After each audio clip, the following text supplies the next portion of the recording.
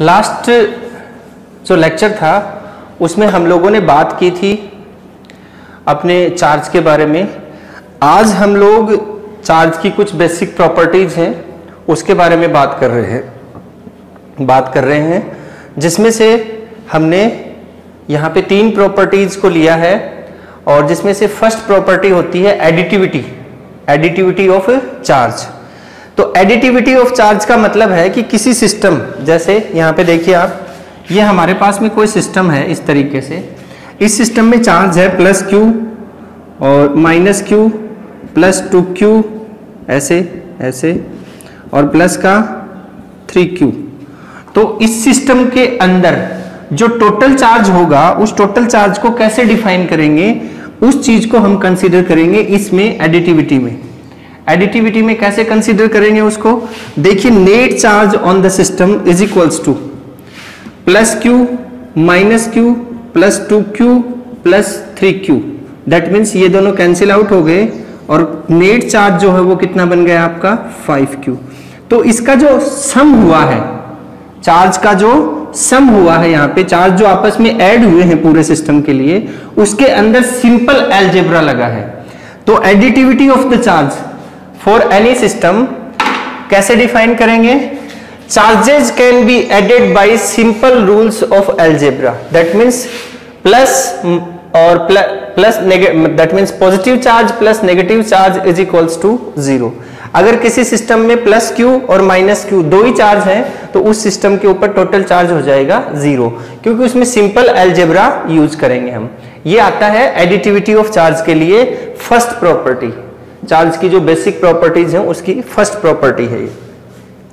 इसके बाद देखिए जो सेकंड प्रॉपर्टी है आपकी चार्ज के लिए वो क्या होगी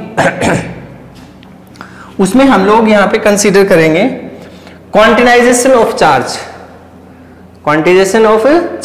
क्वांटिजेशन का मतलब यहाँ पे समझना है हमें, थोड़ा सा समझने के लिए मैं आपको इससे पहले मैं आपको एक चीज बताता हूं। देखिए हमने एलिमेंट्री चार्ज पार्टिकल के बारे में बात की, लास्ट जो लेक्चर्स थे अपने उसमें हमने एलिमेंट्री चार्ज पार्टिकल्स के बारे में बात की। और वो जो एलिमेंट्री चार्ज पार्टिकल्स आपके होते हैं वो कौन सा होता है? वो होता है इलेक्ट्रॉन। अब इलेक्ट्रॉन अगर एलिमेंट्री चार्ज पार्टिकल है और उसके पास में 1.6 × 10⁻⁻19 कूलम चार्ज है, तो क्या हम इलेक्ट्रॉन को तोड़ सकते हैं, मतलब उसको हाफ कर सकते हैं? बिल्कुल नहीं कर सकते, क्योंकि उसके पास जो चार्ज है और उसका जो स्ट्रक्चर है वो कंप्लीटली फुलफिल है, वो 1.6 × 10⁻⁻19 कूलम ही रहेगा।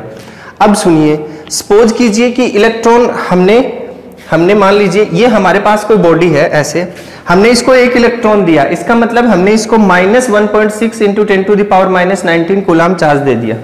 फिर हमने इसको 2 दिए तो कितना हो जाएगा? 2 दिए तो 3.2, 3 दिए तो 4.8, 4 दिए तो 6.4 × 10⁻⁻19 कूलम। इस तरीके से इसके ऊपर चार्ज हम डिस्ट्रीब्यूट कर सकते हैं।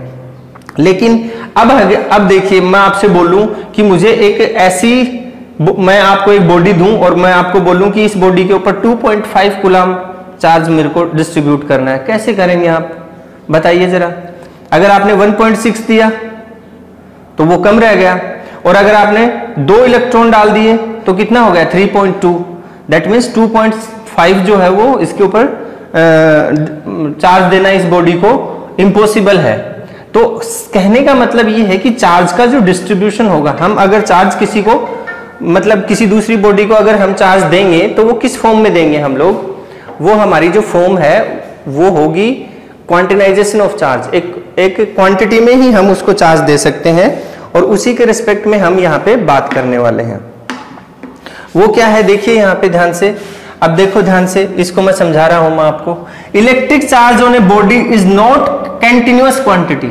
Electric charge of the body जो है वो कंटिन्यूअस क्वांटिटी नहीं है। कैसे नहीं है ये देखिए यहाँ पे। सपोज कीजिए कि आपने पहले चार्ज दिया 1 इलेक्ट्रॉन, चार्ज दिया मतलब 1 इलेक्ट्रॉन दिया, तो ये 1 इलेक्ट्रॉन। फिर आपने 2 इलेक्ट्रॉन दिया ऐसे, फिर 3 इलेक्ट्रॉन, 4 इलेक्ट्रॉन, 5, ऐसे जाएगा ये चार्ज आपका, ऐसे जा रहा है, ऐसे बढ़ रहा है चार्ज। एक कंटिन्यूअस लाइन में नहीं बढ़ रहा है, कंटिन्यूअस लाइन में बिल्कुल भी इंक्रीज नहीं हो रहा है। इस तरीके से होता है स्टेप बाय स्टेप, जैसे स्टेप बनाई है मैंने इस तरीके से होगा स्टेप बाय स्टेप।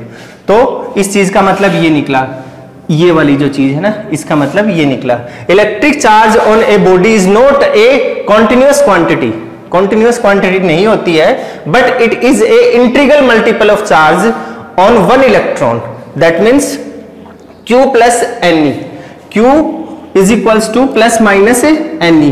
अगर हम किसी बॉडी को पॉजिटिव चार्ज देते हैं तो प्लस का ले लेंगे साइन, और अगर नेगेटिव देते हैं तो माइनस का साइन ले लेंगे।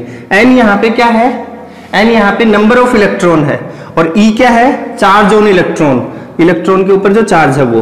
तो टोटल चार्ज डिस्ट्रीब्यूट जो होगा वो इस तरीके से होगा। तो यहाँ पे देखिए इंटीग्रल मल्टीपल, इंटीग्रल मल्टीपल मतलब 1 electron, 2 electron, 3 electron, 4 electron, 5 electron and so on. ऐसे हम चार्ज को डिस्ट्रीब्यूट कर सकते हैं, लेकिन कभी भी हम ऐसे नहीं कर सकते कि हाफ इलेक्ट्रॉन दे दिया या 3/2 दे दिया या फिर और अदर किसी फॉर्म में दे दिया, ऐसे डिस्ट्रीब्यूशन उसका नहीं होगा। मैंने इस चीज को यहाँ पे क्लेरिफाई भी किया है, देखिए यहाँ पे ये वाली जो चीज है इसमें मैंने इसको क्लेरिफाई भी किया है। The electron can not be divided further, मतलब इलेक्ट्रॉन को और ज्यादा डिवाइड नहीं कर सकते हम लोग।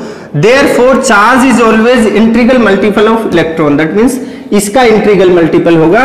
n की वैल्यू क्या होगी, 1 2 3 4 5 एंड सो ऑन, n तक ये होगी। तो ये हमारा सेकंड रूल हो गया। अब थर्ड जो रूल है वो भी मैं यहाँ पे लिखता हूं और फिर आपको समझाता हूं कि उसमें क्या करना है हमें, ठीक है। हाँ, तो देखिए जो आपका जो थर्ड जो बेसिक प्रॉपर्टी है चार्ज की, वो आती है कंजर्वेशन लॉ। कंजर्वेशन का मतलब पहले थोड़ा सा मैं आपको समझाता हूं, ब्रीफली इसके बारे में बताता हूं कि जो पूरा यूनिवर्स है आपका, जितना भी यूनिवर्स है उसका जो टोटल चार्ज है वो हमेशा जीरो रहता है। जैसे अर्थ को ले लीजिए, अर्थ का जो टोटल चार्ज है वो हमेशा जीरो ही रहेगा, चाहे आप उसको कितना भी यूज ले लो, चाहे कितना भी आप उसको नेगेटिव पॉजिटिव कहीं भी आप उसको यूज ले सकते हो। जैसे इलेक्ट्रिकल फोर्सेज में 24/7 एनी टाइम, मतलब any time, any time of instant के ऊपर यूज होता रहता है, लेकिन उसके बावजूद भी टोटल चार्ज जो है वो हमेशा जीरो ही रहेगा। और उसका रीजन क्या है, उसका रीजन मैं आपको समझा रहा हूं, क्योंकि चार्ज जो है उसको कभी भी हम लोग क्रिएट नहीं कर सकते और कभी भी हम उसको डिस्ट्रॉय नहीं कर सकते, वो हमेशा कांस्टेंट बना रहता है। उसका ये रीजन है जो कि पहले भी मैं आपको 11th क्लास में भी मैं आपको इसके बारे में बता चुका हूं, फिजिकल वर्ल्ड वाले चैप्टर में, कि एनर्जी जो है वो पूरे यूनिवर्स की कांस्टेंट है, उसको ना तो बनाया जा सकता है और ना ही उसको डिस्ट्रॉय किया जा सकता है। अब देखिए इसके अंदर क्या है, देखिए कंजर्वेशन ऑफ चार्ज का मतलब है total charge of the universe is zero, ठीक है। उसको ना तो क्रिएट कर सकते हैं और ना डिस्ट्रॉय कर सकते हैं। इसके लिए मैंने कुछ एग्जांपल्स लिए हैं। एग्जांपल्स ये लिए हैं कि जब कोई भी ऐसी रिएक्शन होती है, जैसे मान लो न्यूक्लियर रिएक्शन होती है, तो उस न्यूक्लियर रिएक्शन के दौरान ऐसी कुछ इंसिडेंट्स देखने को मिले जिसमें हमें ये लगता है कि जैसे चार्ज डिस्ट्रॉय हो गया हो या फिर वो क्रिएट हुआ हो, ऐसे भी कुछ फिनोमेना हमें देखने को मिले। तो उनमें क्या होता है, उसके लिए ऐसी जो प्रोसेस हुई, उसके लिए हमारे जो साइंटिस्ट हैं उन्होंने इसका सॉल्यूशन निकालने के लिए, और उन्होंने बोला कि हमारे पास में जैसे इलेक्ट्रॉन एक नेगेटिवली चार्ज पार्टिकल है जिसका मास 9.1 × 10⁻³ kg होता है, ठीक उसी तरीके से एक पॉजिटिव पार्टिकल भी होता है हमारे पास, उसका मास भी, उसका चार्ज और उसका मास इलेक्ट्रॉन के इक्वल होता है, और उसको नाम दिया गया पॉजिट्रॉन। क्या नाम दिया गया उसको, पॉजिट्रॉन। ये पहले एक हाइपोथेसिस थी, बाद में ये चीज जो है ये आगे चल के थोड़े टाइम बाद में इसको कंसीडर भी किया गया और इसके बारे में काफी रिसर्च भी हुई, ये आप आगे चल के पढ़ेंगे, लेकिन अभी हम इसको थोड़ा ब्रीफली इसको ले रहे हैं इसके अंदर। अब देखिए उसमें क्या हुआ, ये जो एक वर्ड लिखा है मैंने यहाँ पे, देखिए क्या लिखा है, एनिहिलेशन। एनिहिलेशन, एनिहिलेशन का मतलब होता है विनाश होना, नष्ट करना, निगल जाना, दैट मीन्स निगल जाना। तो एक इलेक्ट्रॉन और एक पॉजिट्रॉन की आपस में टक्कर हुई, क्या हुई, एक इलेक्ट्रॉन और एक पॉजिट्रॉन की आपस में टक्कर करवाई गई, और टक्कर इतनी तेज थी कि दोनों के परखच्चे उड़ गए, मतलब बिल्कुल दोनों एक दूसरे खत्म हो गए, गायब हो गए। तो इस केस में हमारी जो थ्योरी है, कौन सी थ्योरी, कंजर्वेशन की थ्योरी, वो गलत साबित हो रही है। लेकिन गलत साबित नहीं हो रही है, इसी के लिए ये एक्सपेरिमेंट किया गया।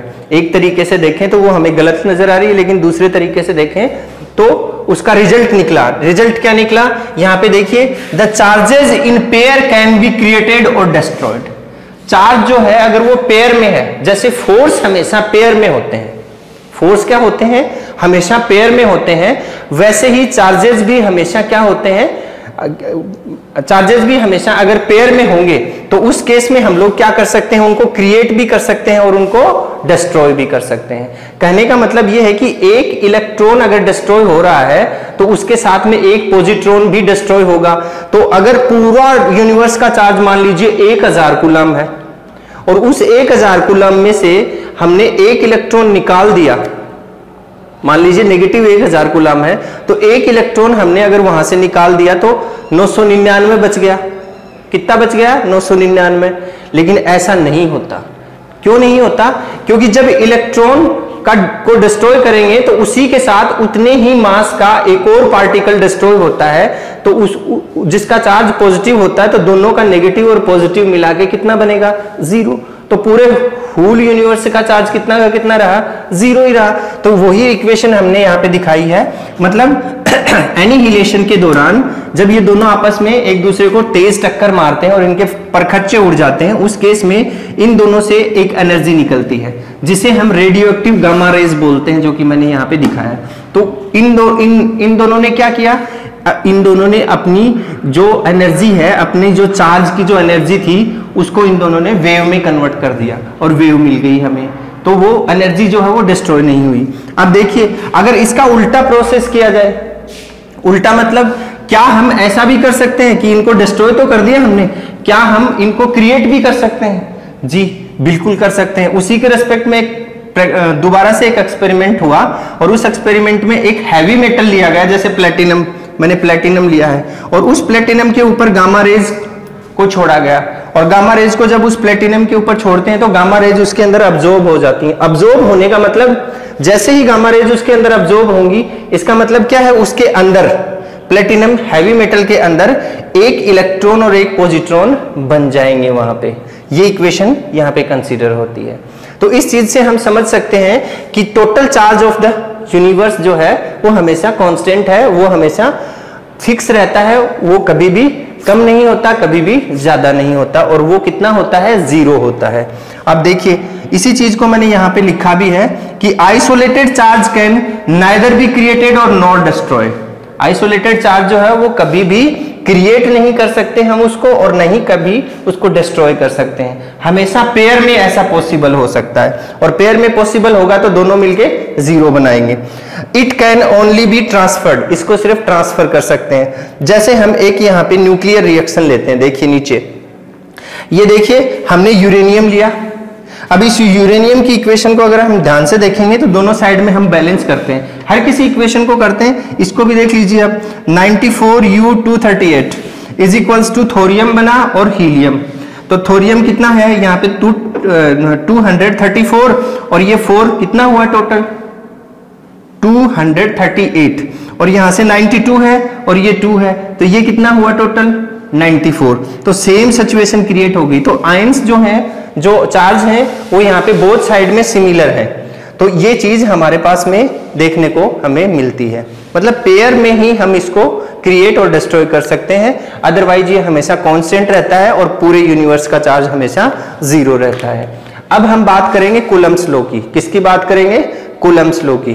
तो देखिए, मैं उसका स्टेटमेंट लिखता हूं। पहले स्टेटमेंट से पहले मैं आपको कुछ समझाता हूं, ध्यान से सुनिएगा आप, उसके बाद में देखते हैं हम स्टेटमेंट में क्या करना है हमें।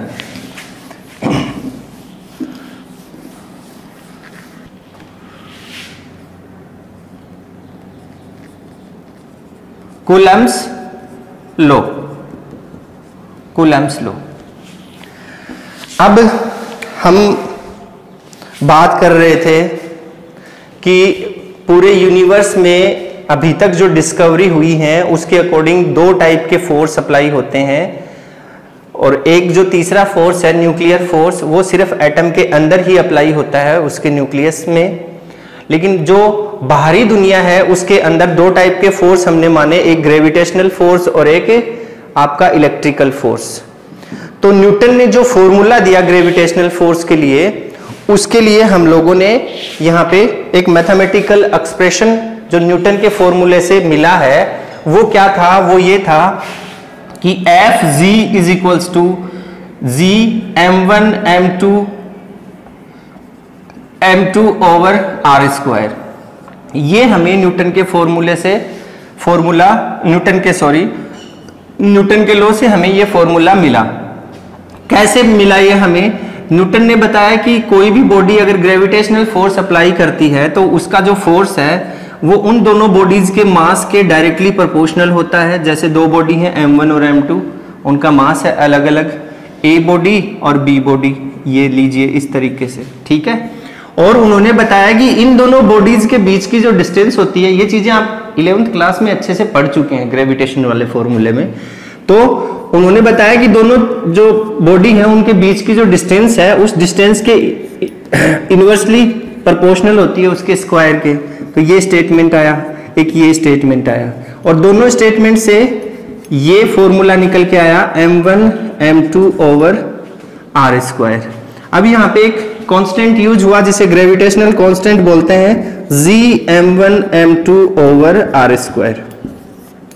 अब न्यूटन का ये फॉर्मूला देने के बाद में कूलम्ब जो साइंटिस्ट थे जिन्होंने चार्ज के बारे में काफी रिसर्च की, उनके रिस्पेक्ट में ही ये जो यूनिट बनाई गई है चार्ज की, और उन्होंने बताया कि चार्ज जो है वो चाहे नेगेटिव प्रॉपर्टी के हों चाहे पॉजिटिव प्रॉपर्टी के हों, उन दोनों के बीच में फोर्स लगता है, रिपल्सन और अट्रैक्शन प्रॉपर्टी का फोर्स लगता है।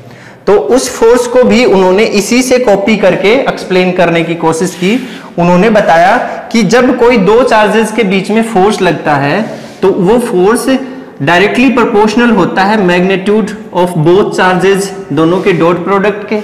जैसे यहाँ पे एक चार्ज है, पॉइंट चार्ज लेना है, उन्होंने ये भी बताया कि चार्ज कैसा होना चाहिए, पॉइंट चार्ज।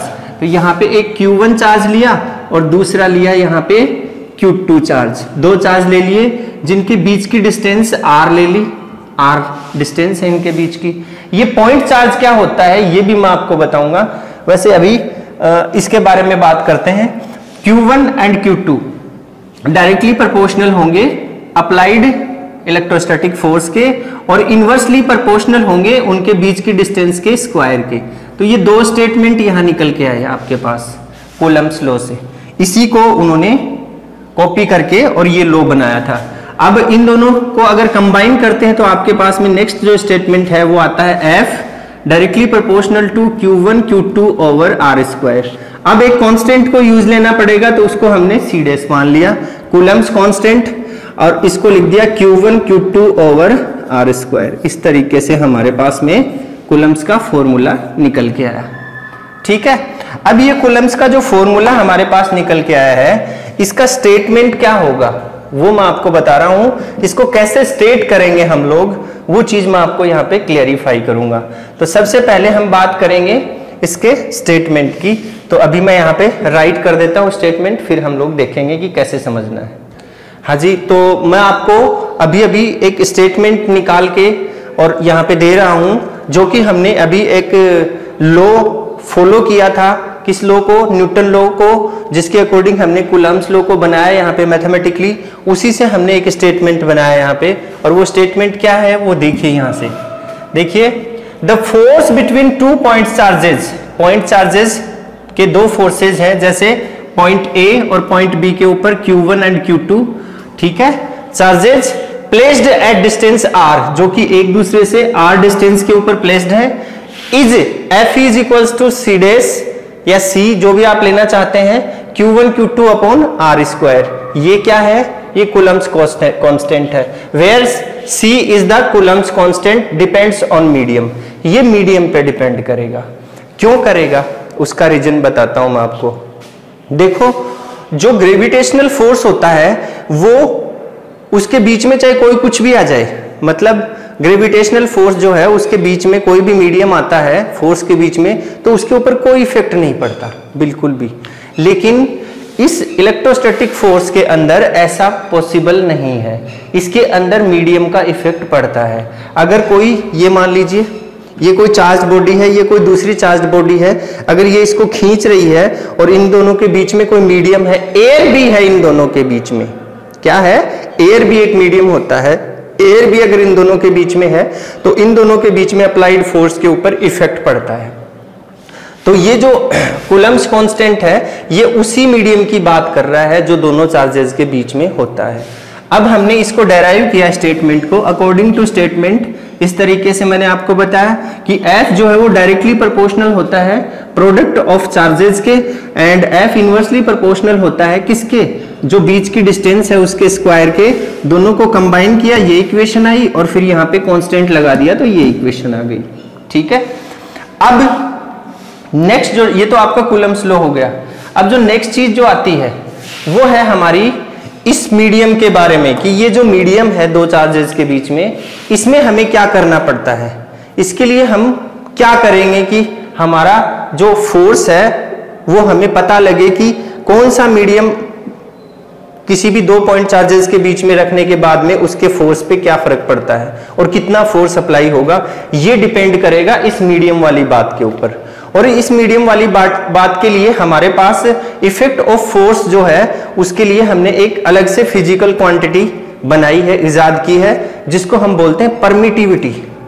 क्या बोलते हैं, परमिटिविटी। और उसको मैं आपको समझाता हूं। जैसे फॉर एग्जांपल मान लीजिए मेरे पास में ये दो अलग अलग चार्जेस हैं, ऐसे चार्ज्ड बॉडी है मेरे पास में, इन दोनों चार्ज बॉडी के बीच में फोर्स लग रहा है। जैसे ये इसको अट्रैक्ट कर रही है और ये इसको अपनी तरफ अट्रैक्ट करने के साथ साथ इनके चार्ज के बीच में अट्रैक्शन होता है। क्यों होता है और वो अट्रैक्शन क्यों होता है उसको समझना है हमें। कोई भी पॉइंट चार्ज जो है, जैसे ये कोई पॉइंट चार्ज है, ये पॉइंट चार्ज है, इस चार्ज के चारों तरफ ऐसे, इस चार्ज के चारों तरफ ऐसे, मतलब ये तो आपको 2D में डायग्राम दिखाई दे रहा है, लेकिन ये ऐसी ही लाइनें आपकी तरफ भी होंगी, इधर भी होंगी, मतलब चारों तरफ होंगी। चारों तरफ का मतलब 4 पाई एंगल में, चारों तरफ, सराउंडिंग में चारों तरफ। जैसे किसी बॉल के चारों तरफ हमने ऑल पिन चुभो दी है तो वो कैसी नजर आएगी, इस तरीके से। तो ये चारों साइड में फोर्स लगाता है, ये चारों साइड में फोर्स लगाता है। तो जैसे ये वाला, ये क्यू चार्ज है, ये दूसरे को अट्रैक्ट कर रहा है, तो इन दोनों के बीच में मान लीजिए ये यहां से निकलने वाली जो लाइनें हैं, ये वाली लाइनें ये 100 है और यहां तक इसके पास जा रही हैं और ये 100 लाइनों से इसको खींच रहा है। हमने इन दोनों के बीच में कोई मीडियम लगा दिया, कुछ भी मीडियम, जैसे मान लीजिए ये लगा दिया मार्कर, ये लगा दिया ऐसे, ये मीडियम लगा दिया। अब मीडियम लगाने से इस बॉडी की जो लाइन है वो इस बॉडी तक पहुंचने के लिए सिर्फ और सिर्फ 100 में से 40 पहुंच रही हैं, 60 नहीं पहुंच रही हैं। तो फोर्स की वैल्यू कम हो गई। तो वो जो फोर्स की वैल्यू यहाँ पे कम हुई है, उस फोर्स की वैल्यू को बीच का जो मीडियम है उसने परमिशन कितने को दी आगे जाने के लिए, सिर्फ परमिट किया उसको, कितने को परमिट किया, सिर्फ 40 लाइंस को ही, बाकी 60 उसने रोक ली हैं। तो उस मीडियम की परमिटिविटी हम क्या बोलेंगे, 60, 40 नहीं, जो पास हो गई है वो उसकी परमिटिविटी नहीं है, जो उसने रोक ली है बीच में वो उसकी परमिटिविटी है। तो उसको हम क्या बोलेंगे, 60 है उसकी परमिटिविटी। जैसे सपोज कीजिए कि दोबारा से इसी को एग्जांपल को लेता हूं, जैसे इन दोनों के बीच में कोई भी मीडियम है, किसी भी टाइप का कोई मीडियम है, और वो मीडियम जो है इसके थ्रू अप्लाइड फोर्स की वैल्यू को हाफ कर देता है या फिर 50 कर देता है। ठीक है, तो मीडियम की जो परमिटिविटी होगी या 20 कर देता है, तो मीडियम की परमिटिविटी जो होगी वो कितनी होगी, जितना वो कर देता है उस फोर्स की वैल्यू के ऊपर, जितना वो इफेक्ट डालता है वो उसकी परमिटिविटी होगी। समझ में आया इतना, ये चीज है। तो अब जो अगली चीज जो हम पढ़ने जा रहे हैं वो है परमिटिविटी। ठीक है, परमिटिविटी ऑफ द मीडियम। ठीक है, अभी मैं स्टेटमेंट लिखता हूं उसका, देखिए आप लोग। तो हम लोग कैसे डिफाइन करेंगे परमिटिविटी को, वो मैं आपको बता रहा हूं। यहाँ पे मैंने एक स्टेटमेंट बनाया है उसके लिए, अब उसको हम रीड करते हैं। देखिए ये क्या है, परमिटिविटी क्या है, it is the characteristics of medium. जो मीडियम हमने डाला है दो चार्ज बॉडी के बीच में, उनकी कैरेक्टरिस्टिक्स होती है। और उस मीडियम की कैरेक्टरिस्टिक्स कहाँ है, between two charges which effect the force between them. दोनों चार्जेस के बीच में जो फोर्स लग रहा है उसको इफेक्ट करती है। और इसको हम बोलते हैं परमिटिविटी ऑफ द मीडियम। अब ये चीज मैं आपको एग्जांपल लेके समझा चुका हूं। अब इसको डिनोट कैसे करते हैं? It is denoted by epsilon. क्या है? मैंने स्पेलिंग लिखी है, अगर आपको बोलने में दिक्कत आ रही हो तो EPSLON, एप्सिलॉन। क्या है? एप्सिलॉन। एप्सिलॉन ये इसका सिंबल है, इस तरीके से हम इसका सिंबल लिखते हैं और ये आपकी परमिटिविटी हो गई। अब देखो आगे चलते हैं थोड़ा, तो ये क्या करेगी ये परमिटिविटी? ये परमिटिविटी जो है ये रिड्यूस करती है। जैसे फॉर एग्जांपल किसको रिड्यूस करती है? फोर्स को। देखो यहां पे साफ लिखा है which effect the force between them. अगर हमारे पास में ये कोई दो चार्ज बॉडी है, ये कोई बॉडी है दो, और ये बॉडी इस बॉडी को अपनी तरफ अट्रैक्ट कर रही है इस तरीके से, और हमने इसके बीच में कोई मीडियम डाल दिया, ऐसे क्या डाल दिया? मीडियम। तो अब इसके अट्रैक्शन का जो फोर्स है या रिपल्सन कर रही है, तो रिपल्सन का जो फोर्स है वो फोर्स जो है वो रिड्यूस हो जाएगा। रिड्यूस हो जाएगा। क्यों रिड्यूस हो जाएगा? अभी अभी मैंने आपको बताया कि कोई भी पॉइंट चार्ज जो है उसकी फोर्स ऑफ लाइन ऐसी होती है, चारों तरफ, चारों साइड में होंगी, 4 पाई एंगल में होंगी, इधर भी होंगी, इधर उधर इधर इधर सब जगह होंगी। जैसे एक बॉल के चारों तरफ ऑल पिन चुबो दें तो वो कैसा नजर आता है।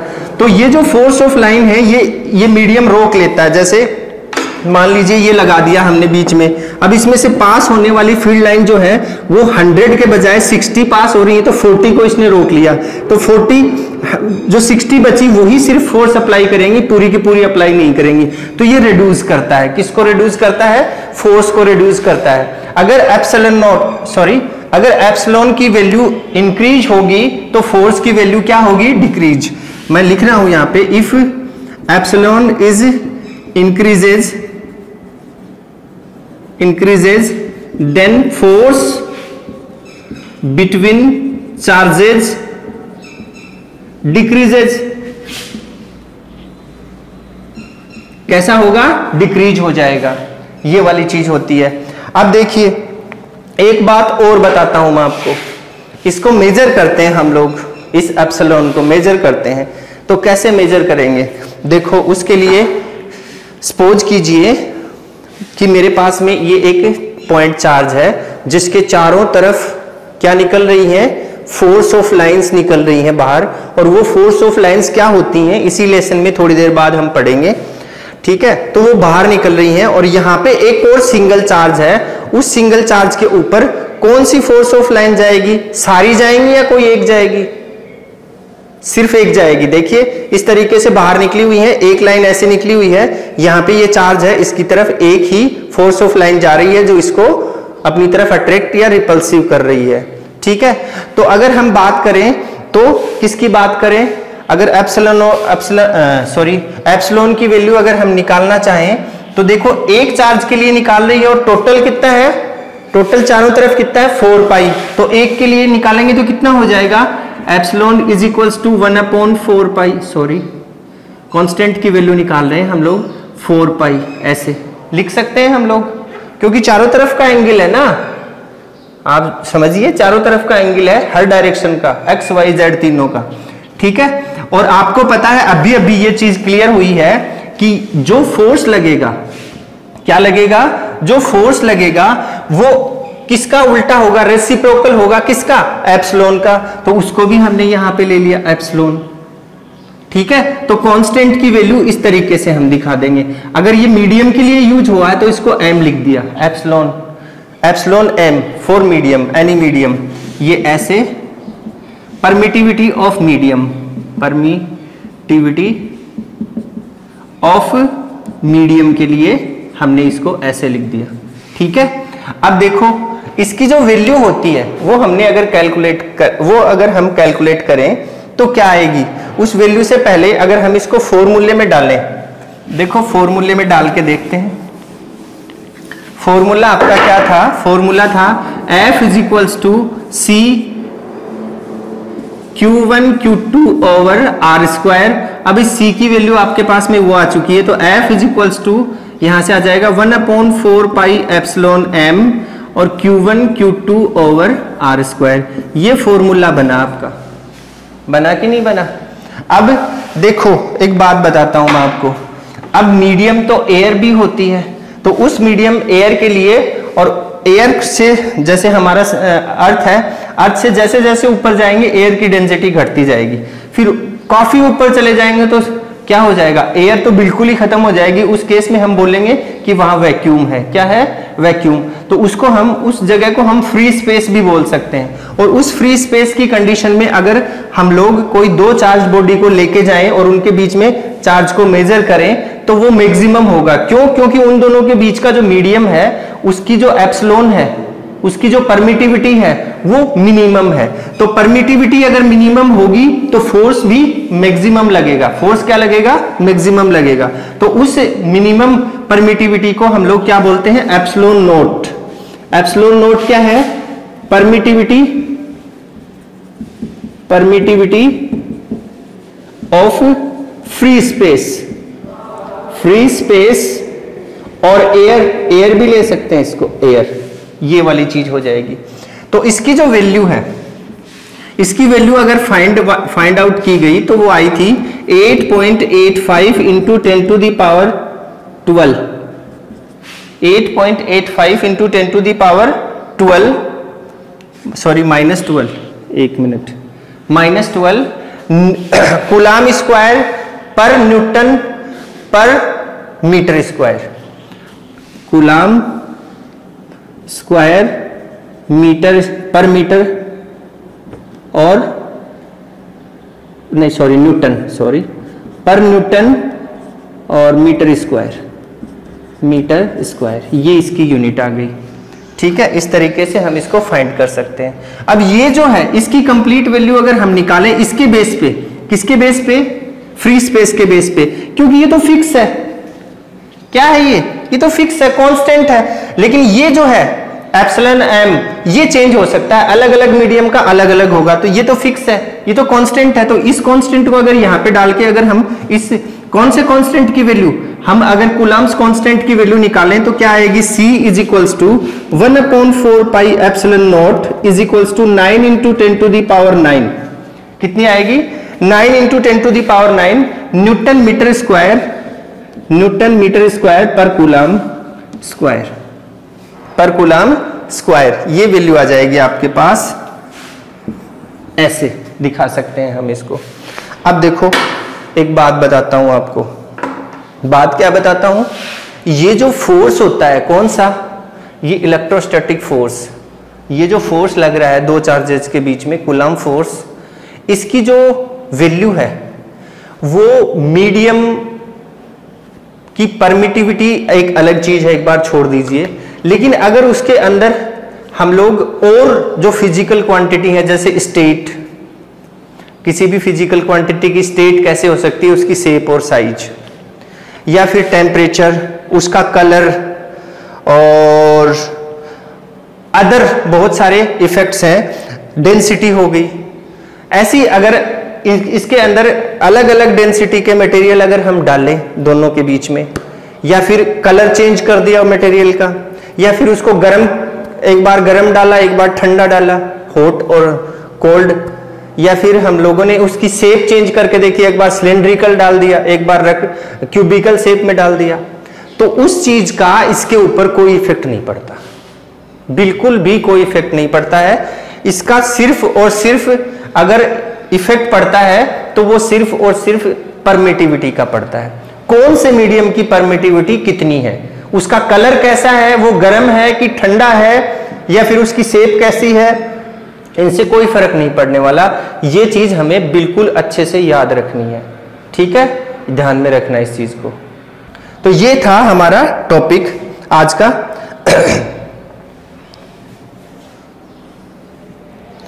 अब थोड़ा और आगे चलते हैं।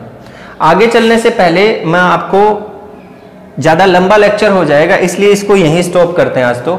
लेकिन अगला जो चैप्टर होगा आपका, नहीं सॉरी, अगला जो लेक्चर होगा आपका, उसमें मैं आपको बताऊंगा रिलेटिव परमिटिविटी के बारे में। मतलब हम रिलेशन में लेके, मतलब रिलेट करेंगे परमिटिविटी को।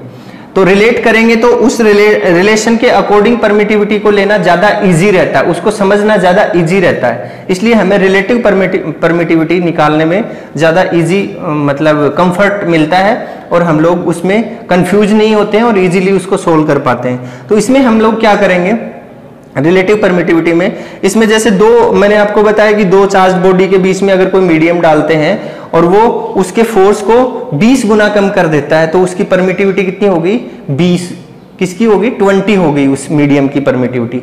तो उसके रेस्पेक्ट में ले लिया हमने, उसको रिलेटिव बनाया। इसी तरीके से हम रिलेटिव परमिटिविटी के बारे में पढ़ेंगे नेक्स्ट लेक्चर में। आज के लिए इतना ही। अभी मैंने आपको काफी सारी चीजें ऐसी बताई हैं इलेक्ट्रोस्टैटिक्स में जो पूरी की पूरी इलेक्ट्रोस्टैटिक्स का बेस है, जिसमें बेसिक प्रॉपर्टीज ऑफ चार्ज आ गया है और चार्ज के बारे में जो स्टडी की थी उसमें इलेक्ट्रॉन थ्योरी आ गई। ये सारी चीजें जो है ये पूरी की पूरी इलेक्ट्रोस्टैटिक्स को डिफाइन करती हैं।